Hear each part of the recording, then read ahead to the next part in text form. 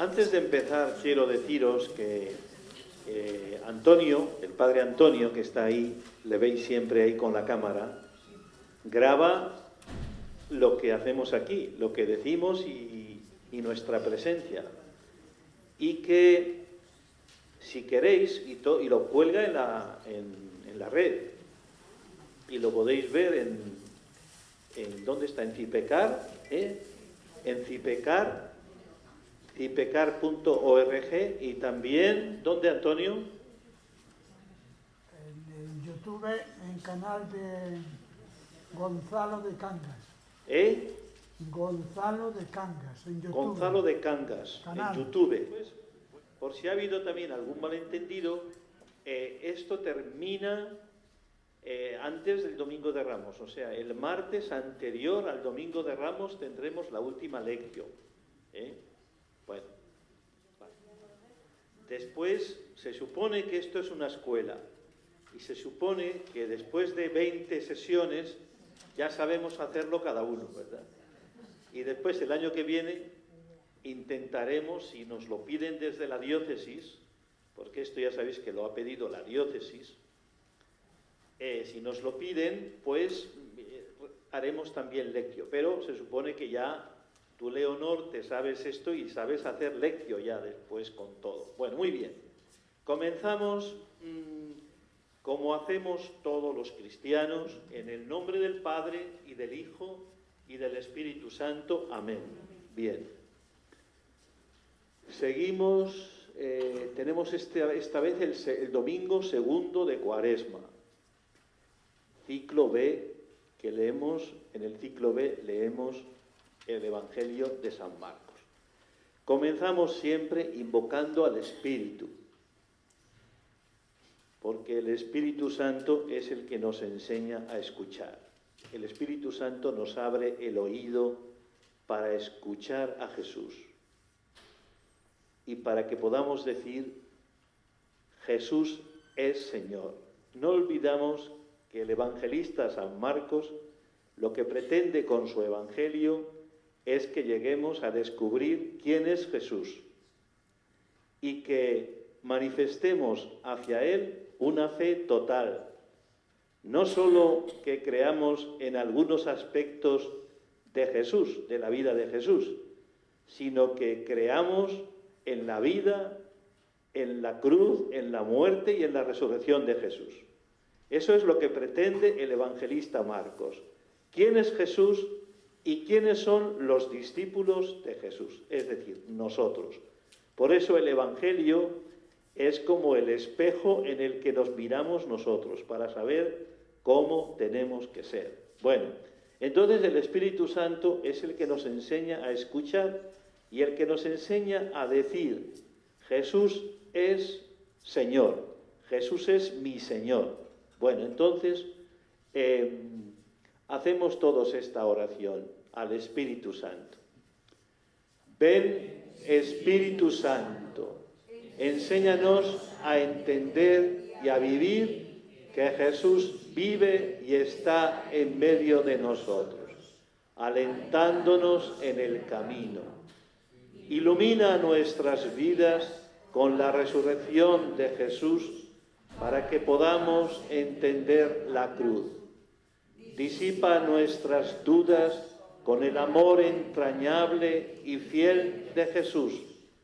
Transfigura nuestra vida. Danos tu fuerza para abrazar la cruz de cada día.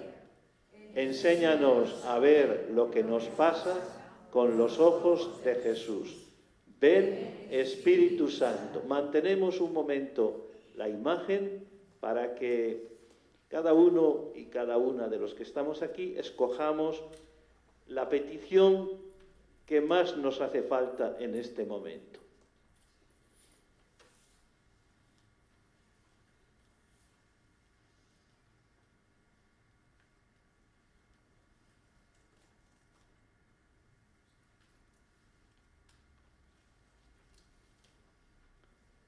Bueno, una vez que hemos escogido lo que más nos hace falta, cantamos al Espíritu.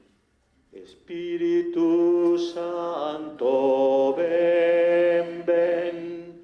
Espíritu Santo, ven, ven.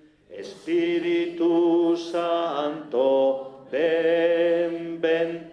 En el nombre del Señor. Bueno, y pasamos a la motivación. Esta vez hemos escogido como motivación unos versos de Santa Teresa de Jesús. Unos versos que hablan de cruz. Como habréis podido ya observar, el Evangelio va a hablar de cruz y de transfiguración. Dice ella, en la cruz está la vida y el consuelo, y ella sola es el camino para el cielo. Los santos han entendido muy bien este misterio de la cruz. Dice Santa Teresa que no es tiempo de creer a todos, sino a aquellos que van por el mismo camino por el que fue Jesús. Bueno, pues los santos han entendido la cruz, por eso se han abrazado a la cruz, abrazándose a la cruz han abrazado al Señor. Bueno, pasamos. Y nos vamos ahora a meter en el texto del Evangelio, recorriéndolo despacio, saboreándolo, disfrutándolo. Leer despacio significa que nos fijamos en detalles que si vamos apurados no vemos. Vamos a leer todos el Evangelio, despacito.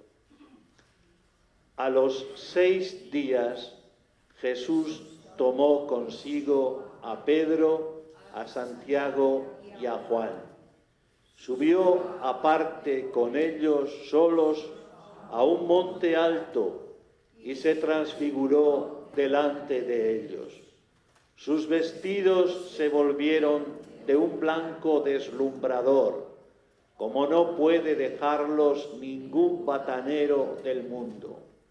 Se les aparecieron Elías y Moisés conversando con Jesús. Entonces Pedro tomó la palabra y dijo a Jesús: Maestro, qué bueno es que estemos aquí. Vamos a hacer 3 tiendas, una para ti, otra para Moisés y otra para Elías. No sabía qué decir, pues estaban asustados. Se formó una nube que los cubrió y salió una voz de la nube: Este es mi Hijo, el amado, escuchadlo. De pronto, al mirar alrededor, no vieron a nadie más que a Jesús solo con ellos. Cuando bajaban del monte, les ordenó que no contasen a nadie lo que habían visto hasta que el Hijo del Hombre resucitara de entre los muertos. Esto se les quedó grabado y discutían qué quería decir aquello de resucitar de entre los muertos. Bueno, para entender este texto necesitamos recordar brevemente el contexto. Bueno, y el contexto nos habla de una fuerte crisis de fe en Jesús de los discípulos. ¿Y qué ha ocasionado esa crisis tan fuerte? Pues que Jesús les ha anunciado que va a padecer a manos de los sumos sacerdotes y los escribas. Y este anuncio de la pasión los ha descolocado, como que la pasión y la cruz no entran en los esquemas mentales de los discípulos. Y han reaccionado contra la cruz, violentamente. Simón Pedro le aparta a Jesús y le dice: tú no vas a Jerusalén, no vas a ir a Jerusalén. Y Jesús le dirá: apártate de mí, acordaos, apártate de mí, Satanás.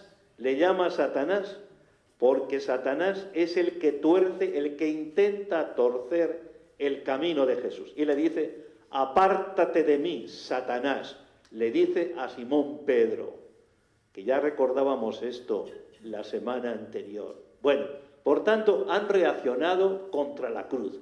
No pueden entender que un condenado en la cruz sea el Mesías, porque las autoridades, la mentalidad del pueblo, ha alimentado durante siglos una presencia del Mesías triunfante, glorioso, dominador, pero no un Mesías crucificado, anonadado. Solo tenemos que ir a los cantos del siervo de Yahvé en el profeta Isaías para descubrir algo de todo esto. El Mesías sin figura, despreciado, varón de dolores. Bueno, entonces los discípulos reaccionan contra la cruz. Simón Pedro diciéndole, tú no vas a Jerusalén. Y Santiago y Juan, los otros dos personajes de este evangelio, diciéndole por medio de su madre que cuando esté en su reino quieren que lo siente a la derecha y a la izquierda de Jesús. O sea, no han entendido a Jesús ni Pedro, ni Santiago y Juan, ni los otros discípulos. Por eso hay una profunda crisis. Y eso que, fijaos, Jesús en un momento determinado se da cuenta de que tiene que cambiar de estrategia, porque los discípulos no le están entendiendo, no están entendiendo quién es Él. Y por eso deja Cafarnaún, que es donde se había instalado, en Cafarnaún, ¿os acordáis? Cafarnaún, y se pone en camino. Y cuando llega a un pueblo que se llama Cesarea de Filipo, les hace la pregunta fuerte, a ver si saben quién es Él. ¿Quién decís vosotros que soy yo? Y Simón Pedro le responderá diciendo, tú eres el Mesías, el Hijo de Dios. Y Jesús le dice, muy bien, muy bien, muy bien. Pero esa respuesta de Pedro era solo de puertas afuera, porque en realidad no entendía cómo tenía que ser el Mesías. Ve en Jesús al Mesías, pero un Mesías al estilo de lo que pensaban o esperaban en el pueblo de Israel, no un Mesías crucificado. Por eso, cuando Jesús les dice en este camino, en el que va cambiando menos milagros, va hablando de la cruz, va diciéndoles que tiene que ir a Jerusalén, les dedica más tiempo a los discípulos para instruirles. Cuando les habla de la cruz, esto los descoloca. Bueno, también es importante, bueno, ¿cómo puede un condenado ser el Mesías, verdad? Y en la cruz también le dirán a Jesús, baja de la cruz y creeremos en ti. Baja de la cruz. No podemos entender que un Mesías esté crucificado. Bueno, pero también es bueno recordar que en los años 70 de nuestra era, cuando se escribe el Evangelio de Marcos, hay también la muerte en la cruz de Jesús impide a muchos cristianos aceptarle, porque les parece que la muerte en la cruz es una necedad, es un escándalo que muera el Mesías en la cruz. Por eso muchos no aceptan a Jesús por la cruz, pero también la cruz la están viviendo porque Nerón ha desatado una persecución y muchos han sido martirizados y hay algunos que tienen miedo. Realmente para ser amigos de Jesús hay que compartir con Él la cruz. Bueno, entonces esto es un poquito como el telón de fondo que nos ayuda a entender el contexto para el que responde el texto de hoy y también todo el Evangelio de Marcos, que lo que pretende es que lleguemos a confesar un credo total, no solo decir creo en Jesús que hace el bien, sino también creo en Jesús que padeció bajo el poder de Poncio Pilato, fue crucificado, muerto y sepultado, descendió a los infiernos. Un credo total. Bueno, ahora estamos preparando una revista Orar, la próxima se va a titular Orar el Credo.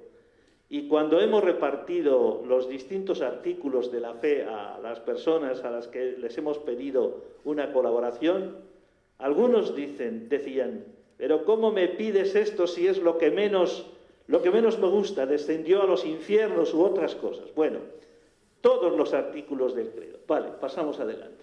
Bueno, eso es el cambio de Jesús que os he dicho. Cambia de estrategia, cambia de ciudad, ya no está en Cafarnaún, se aleja de alguna manera un poquito de la gente, aunque va a seguir llevándolos en el corazón, porque lo que pretende es inculcar a los discípulos quién es Él, y no lo logra tan fácilmente porque solo al final, cuando experimenten la luz de la resurrección, le entenderán a Jesús y creerán en Él. Bueno, hemos hablado del contexto de este texto, pero también es importante tener en cuenta nuestro contexto. Bueno, por eso algunas preguntas. Por ejemplo, ¿por dónde vienen nuestras crisis? Nuestras crisis de fe, ¿por dónde vienen? A Pedro, a los discípulos, les vinieron por un camino. ¿Por dónde nos vienen a nosotros? Démonos cuenta que estamos rodeados de gente que no cree. Y por eso lo que ellos respiran también lo respiramos nosotros.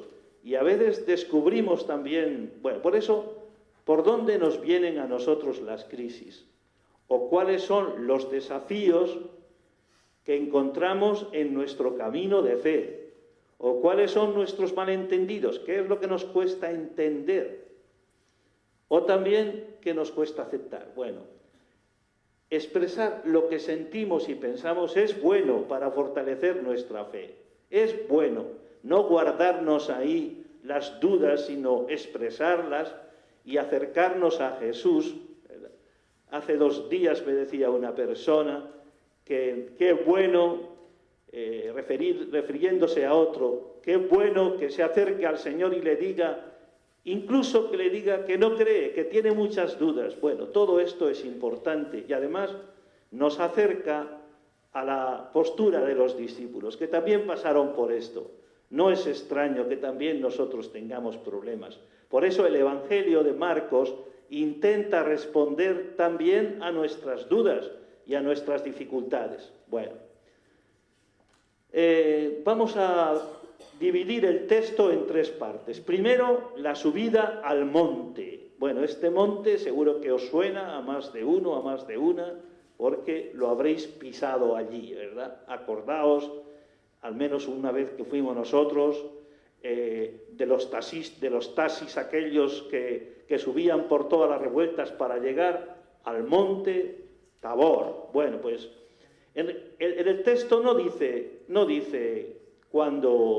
qué monte es, no lo dice, ¿verdad? Pero la tradición siempre ha pensado que en este camino de Jesús a Jerusalén, el monte Tabor está cerca de Jerusalén. Bueno, pues ahí es donde la tradición ha puesto este momento, monte Tabor. Bueno, primero un detallito que no sé si os habéis fijado. Al leer el Evangelio hemos comenzado diciendo a los 6 días. En realidad, el texto que vamos a escuchar el domingo dice, con una fórmula ya estereotipada, en aquel tiempo. Pero el texto dice a los 6 días. Bueno, para la gente para la que escribe el evangelista Marcos, tiene muy presente lo que pasó en el Génesis.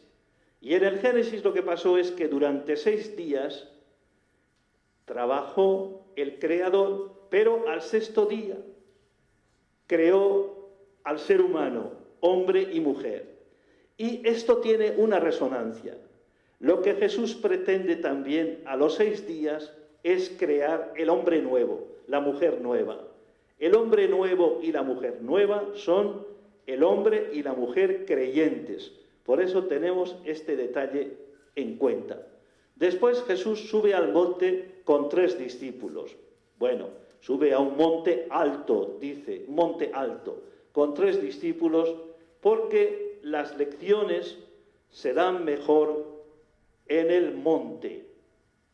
Acordaos que hemos visto en otros evangelios cómo Jesús va al desierto, va al monte, va a un lugar solitario, va a la otra orilla. Es muy importante la geografía que utiliza Jesús para enseñar a sus discípulos. Un sitio tranquilo, un sitio donde estén solos. Bueno, muy importante esto.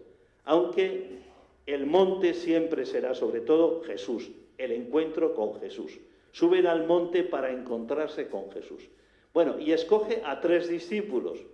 No es que sean los enchufados, sino Jesús quiere que todos los discípulos tenían problemas para entender, pero a estos tres quiere como fortalecerlos más en las dudas y en la poca capacidad que tienen de entender la cruz. Ya sabéis cuáles son: Simón Pedro, Santiago y Juan. Bueno, también sube al monte a orar. Jesús afronta la crisis de los amigos, de los discípulos, afronta la crisis orando, en silencio y soledad. Atención, que aquí encontramos ya pistas para nosotros. Jesús afronta las crisis orando, o afronta las crisis partiendo el pan entre los suyos, como veremos que hace en el tiempo del Jueves Santo. El monte, para todo israelita, evoca el Sinaí. El monte por excelencia es el Sinaí. El Sinaí es el monte donde Dios se reveló a Moisés y donde Dios se reveló también a Elías. Por eso el monte es algo especial para los israelitas, también para nosotros, ¿verdad? Que el monte tiene mucha resonancia. Hay un salmo que dice: ¿quién subirá al monte del Señor? ¿Quién podrá subir al monte del Señor? Bueno, muy importante esto. Y también recordar que Jesús es quien toma la iniciativa. Esto es muy bonito también. Jesús acompaña a sus discípulos. No solo les ha llamado y les abandona en sus dudas, sino que les acompaña, está atento a lo que les pasa, realiza realmente un acompañamiento precioso con los discípulos. Y por eso toma la iniciativa. No le buscamos nosotros a Jesús, sino que Él nos busca. Atención también esto, que es una pista muy buena para nosotros. Jesús nos acompaña en el camino y sabe lo que nos hace falta. Por eso es Él quien nos guía y acompaña al monte. Y lo que está en juego, pues ya hemos dicho, lo que está en juego es la identidad profunda de Jesús para poder seguirle. Porque los discípulos no entienden quién es Jesús. Lo entienden de boca, con la boca pequeña, pero no lo entienden con el corazón. Por eso han entrado en crisis fuerte. La cruz los ha descolocado. Bien. Bueno, una vez que llegan al monte, hay una revelación en el monte. Vamos a ver en qué consiste esa revelación. Primero aparecen, dice el texto, Moisés, que representa la ley. Moisés recibió en el Sinaí la ley de Dios. Y aparece también Elías, que es el profeta por antonomasia. La ley y los profetas, las dos grandes fuerzas inspiradoras del pueblo de Israel. Aparecen Moisés y Elías, los dos han visto a Dios en el monte y conversan con Jesús. Pero es muy importante, ¿de qué conversan? Bueno, pues conversan de la cruz y de la victoria que llegará por ella. De eso es de lo que conversan en el monte. Y hablan pues de esto, de que no son los resplandores los que manifiestan al Espíritu, sino que lo que manifiesta al Espíritu del que Jesús está lleno es su capacidad de entregar la vida por nuestra salvación, por nuestro amor. Como cantaremos, por nuestro amor murió el Señor en la cruz. Por eso es lo que manifiesta, cargar con la cruz y dar la vida por todos. Eso manifiesta que tiene la plenitud del Espíritu. Y ahí está su credibilidad. Eso es lo que le hace creíble. Bien, Jesús será coherente, aunque le digan en la cruz, bájate y creeremos en ti. Jesús no baja de la cruz y su cruz aparece como una oferta de salvación y un desafío de fe para todos los pueblos de todos los siglos. Por tanto, hay una conversación entre Moisés y Elías y hablan de la cruz. Vale. Simón Pedro está encantado de la vida, ¿verdad? Él, que viene de una experiencia dolorosa porque el amigo le ha dicho que quiere ir a Jerusalén para padecer por todos, eso le ha dejado a Pedro muy triste, muy acongojado. Pero ahora resulta que en el monte está feliz y está, como se suele decir, en la gloria, como cuando decimos nosotros, estoy en la gloria o estás en la gloria. Bueno, ¿y qué se le ocurre al bueno de Pedro? Siempre impetuoso, siempre espontáneo. ¿Qué se le ocurre? Bueno, pues se le ocurre decir, vamos a hacer 3 tiendas. Está también, vamos a hacer 3 tiendas. Vamos a hacer 3 tiendas para que sigáis hablando, tú, Jesús, y Moisés y Elías, que sigáis hablando, que siga la conversación. Bueno, y aquí muy importante también esto de las tiendas.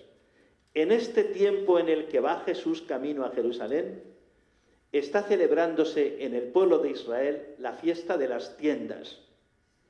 La primera vez, he ido 2 veces a Tierra Santa. La primera vez, que algunos están aquí, que fueron también conmigo, la primera vez coincidió el viaje con la fiesta de las tiendas.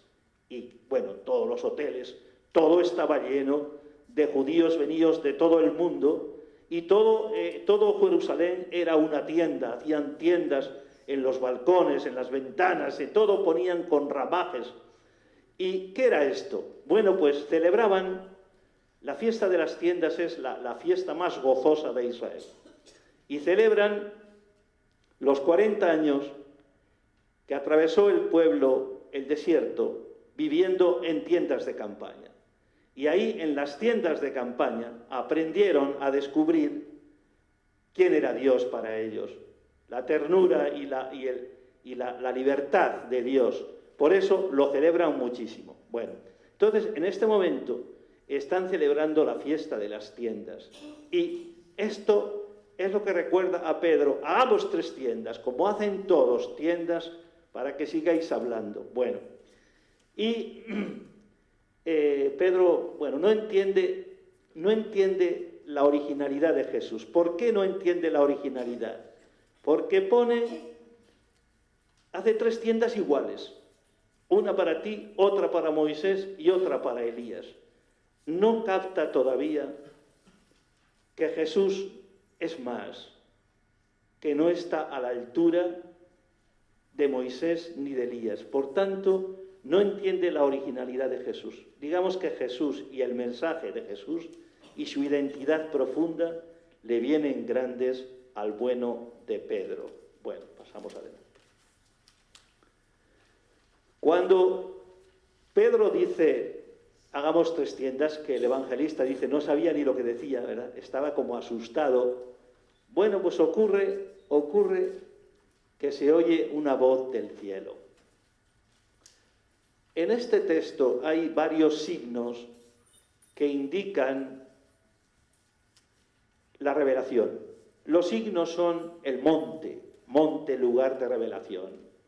Pero después están los vestidos blancos, como no los puede dejar ningún patarero del mundo, los vestidos blancos de Jesús. El color blanco es símbolo de divinidad. Cuando veáis un icono, el color blanco es la divinidad. Después está la luz, todo se llena de luz.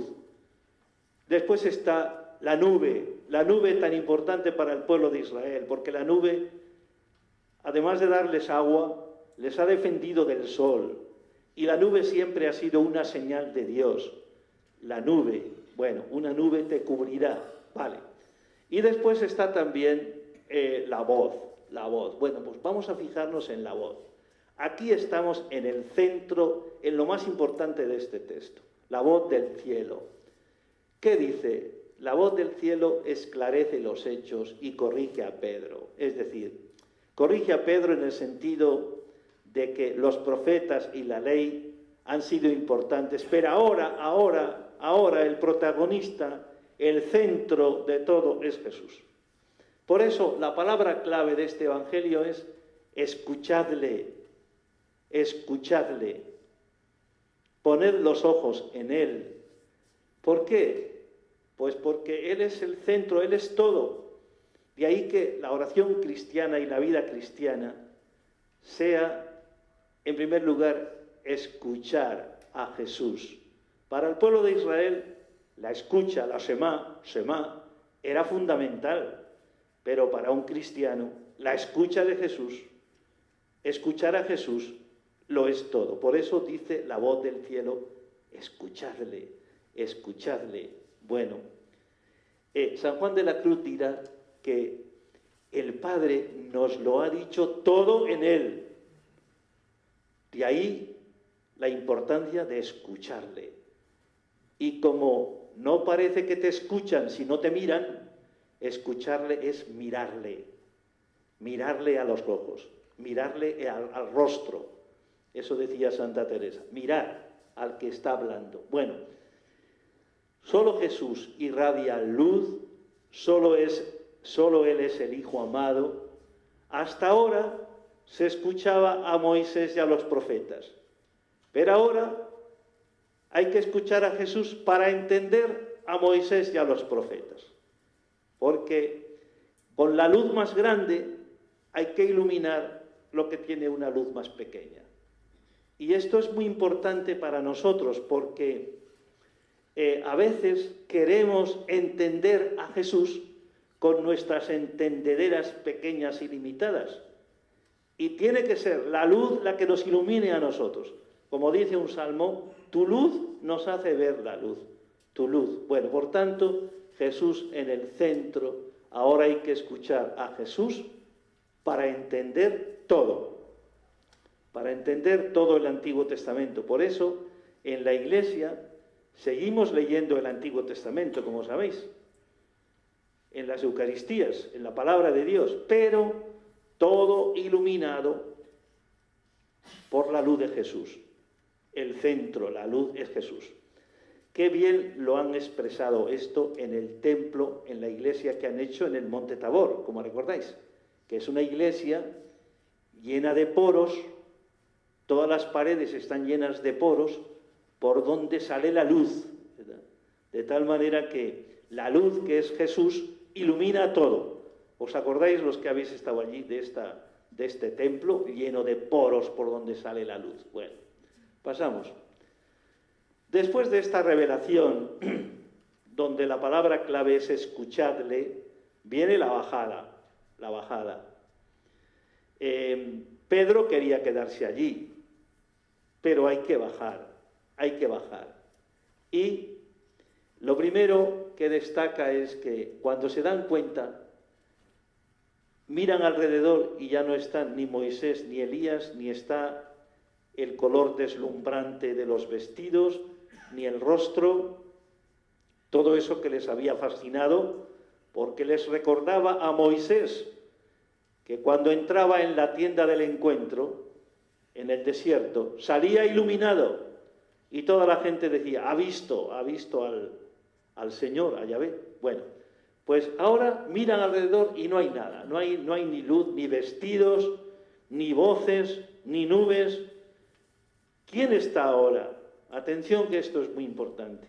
Están solo los 3 discípulos y Jesús, solos con Jesús. Jesús es la única revelación, la única revelación. Tienen que aprender no a vivir como en una especie de espectáculo de luz y sonido, sino que tienen que aprender a descubrir en Jesús, que camina con ellos, que sufre con ellos, a descubrir en Él el proyecto de amor y salvación que tiene el Padre. Por eso Jesús es la única revelación. Y el camino consiste en ir con Él. Como dirá Santa Teresa, juntos andemos, Señor, juntos. Donde tú vayas, yo voy. No quiero corregirte el camino, sino que donde tú vayas, allí pondré yo mis pies, en tus pisadas. Jesús ha echado a perder su vida, entre comillas, ¿verdad? Porque, a juicio de los discípulos, ir a Jerusalén es perder la vida, porque se la van a quitar como han hecho con todos los profetas. Jesús ha echado a perder la vida, ha entregado su vida como el grano de trigo se entrega en la tierra. Pero nuestra fe es el fruto de esta siembra coherente, expresión del amor. Bueno, a nosotros, como les pasó a los discípulos, no entendemos muchas cosas. Por ejemplo, mucha gente se pregunta, ¿por qué el dolor? ¿O por qué el mal? Y a veces discutimos, ¿por qué Dios no soluciona los problemas? El otro día celebramos lo de la campaña del hambre. ¿Por qué Él no hace con un milagro y resuelve todo? Bueno, nosotros no sabemos muchas cosas, pero sí que sabemos lo que vemos en Jesús, lo que hemos visto en Jesús. Y lo que hemos visto en Jesús es que ha sido capaz de ser coherente y de ir hasta la muerte por salvarnos. Y esto es lo que nos ha asombrado tanto y lo que ha motivado nuestra respuesta de fe. Esto también nos pasa como seres humanos. ¿Recordáis el atentado terrorista que hubo en Londres? ¿Recordáis? Este español, este joven que intentó salvar a otras personas con su patinete. Bueno, pues cuánto hemos también admirado a personas así, que son capaces de dar la vida, de pensar no solo en sí mismos, sino en los demás. Bueno, en esa salvación conocemos cómo es Dios y cómo este Dios nos ama tanto que ha entregado a su Hijo por nosotros. Solo Él nos interesa, Él es nuestro camino, nuestra verdad y nuestra vida. Vale, pasamos. Solo Él puede hacernos plenamente felices. En Jesús vemos cómo es Dios, descubrimos su amor. Jesús es el que mejor nos dice cómo es Dios. Los demás nos han dicho algo de Dios, pero el que nos habla del corazón, el que me ve a mí, ve a mi Padre. Los discípulos todavía no entienden, a pesar del Tabor, no entienden a Jesús. Y por eso la experiencia no les ha cambiado la mentalidad. Y siguen discutiendo mientras bajan eso, que qué raro es este Jesús, ¿verdad? Que les ha hablado incluso de que se callen y ellos siguen discutiendo que qué será eso de resucitar. ¿Qué será eso? Bueno, no han unido el Tabor con la cruz. Cuando unan muerte en cruz y resurrección, podrán gritar entonces, desafiando al mundo, ¿no? ¿Quién nos separará del amor de Cristo? ¿Quién nos separará? Bueno, como veis entonces, es un camino precioso de fe que tiene mucho que ver con nosotros. Porque quién más, quién menos, todos tenemos nuestras dudas, nuestras dificultades. Pero es importante este Evangelio para poner los ojos en Jesús y entregarle nuestra fe, nuestra confianza en Él. Bueno, como meditación os hacemos algunas preguntas que por si os pueden servir.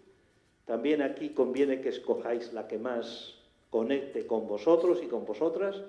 Primera, en tu vida de fe, en todo tu camino de fe, ¿has tenido alguna experiencia gozosa como la que se narra? Bueno, no es que tenga que ser igual, pero alguna experiencia gozosa como la del Tabor, ¿habéis tenido? Bueno, pues seguramente que sí. Bueno, y esta experiencia gozosa, luminosa, a veces vinculada a un tiempo o a un espacio A veces en el monte incluso, o en el desierto, no sé, en cada uno habrá tenido lugar en un sitio. ¿Esta experiencia gozosa os ha ayudado para vivir los momentos duros de la vida? Bueno, esa es la primera pregunta. La segunda, necesitas un alto en el camino, como los discípulos.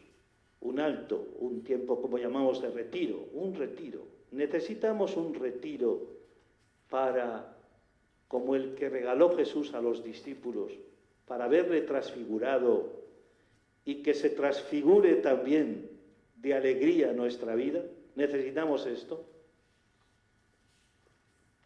Tercero, estoy dispuesto o dispuesta a asumir que ese triunfo final, a ese triunfo final solo se llega pasando por la cruz, por el servicio, por la entrega de la vida. ¿Entendemos bien la cruz? ¿O tenemos dificultades para entender? Daos cuenta que una cosa es la cruz y otra cosa es el dolor. Hay gente que piensa que esto nuestro es como a ver quién aguanta más los dolores. No, la cruz no tiene que ver con el dolor, aunque bueno, puede ser que sí alguna vez. Pero la cruz es cuando no esquivamos el camino de la entrega, como quería Pedro hacer con Jesús, ¿verdad? A veces descubrimos por dónde está la entrega, pero bueno, preferimos dar un rodeo para no entregarnos. O también, a veces la cruz se puede manifestar cuando decimos, ¿cómo me puede hacer a mí Dios esto? ¿Cómo me puede hacer esto? Si yo fuera mala persona, pero siendo buena persona, ¿cómo me puede hacer Dios a mí esto?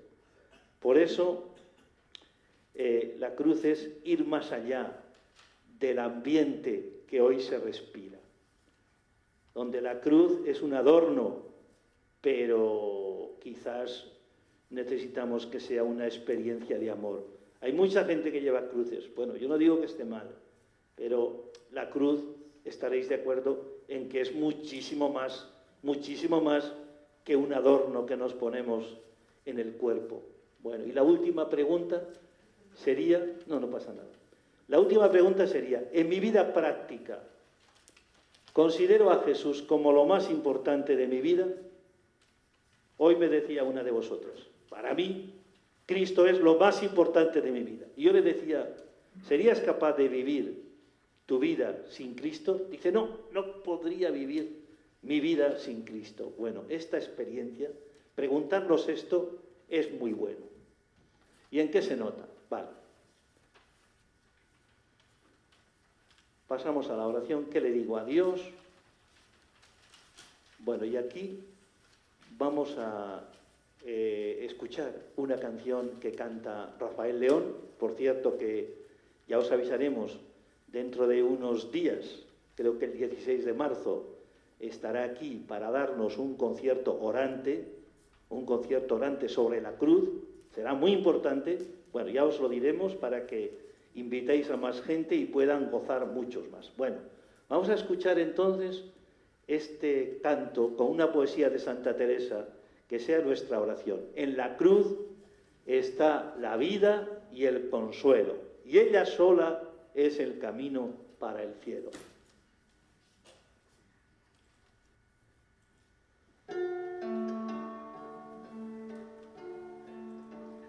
En la cruz está la vida y el consuelo,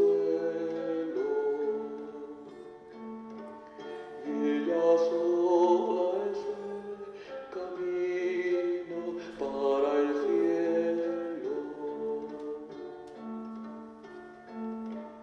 En la cruz está el Señor de cielo y tierra,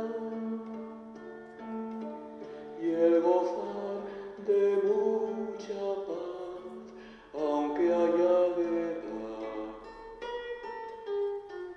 Todos los males destierra en este suelo, y ella sola es el camino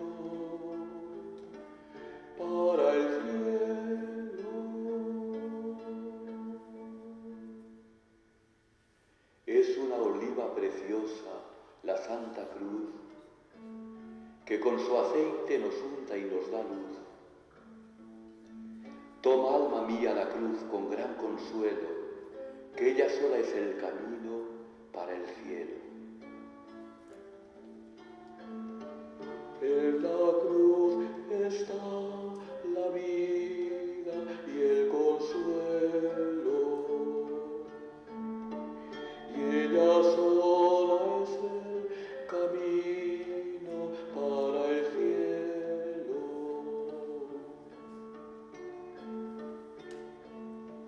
Después que se puso en cruz el Salvador, en la cruz está la gloria y el honor, y en el padecer dolor, vida y consuelo, y ella sola es el camino para el cielo.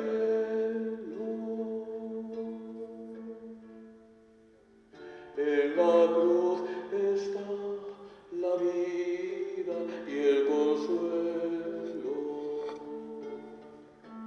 y ella sola es el camino para el cielo.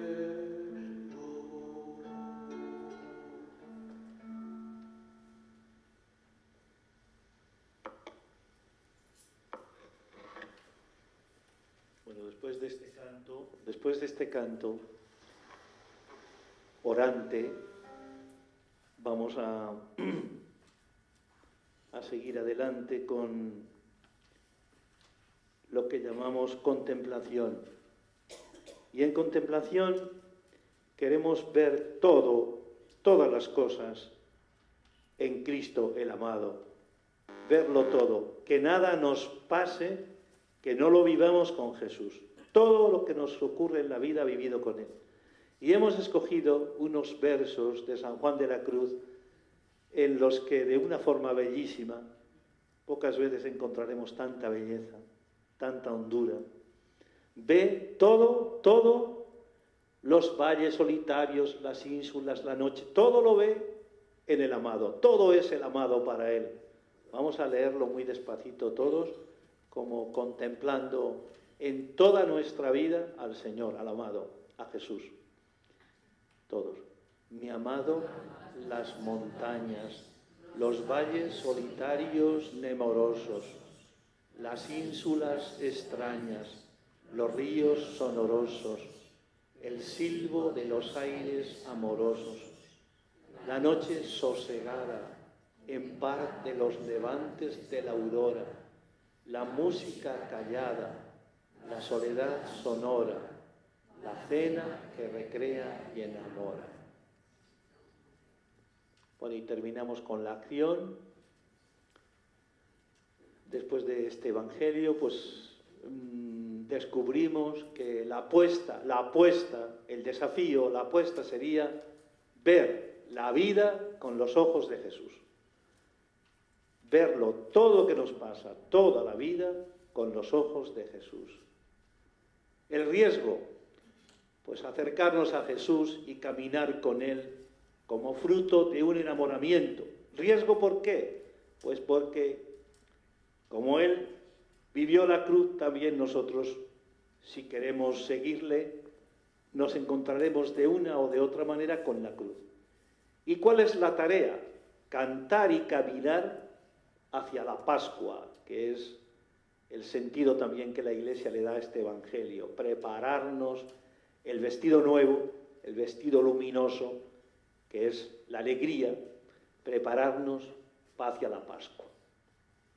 Y terminamos con un credo vivo que escribió el evangelista Juan en su primera carta, un credo precioso que hacemos todos.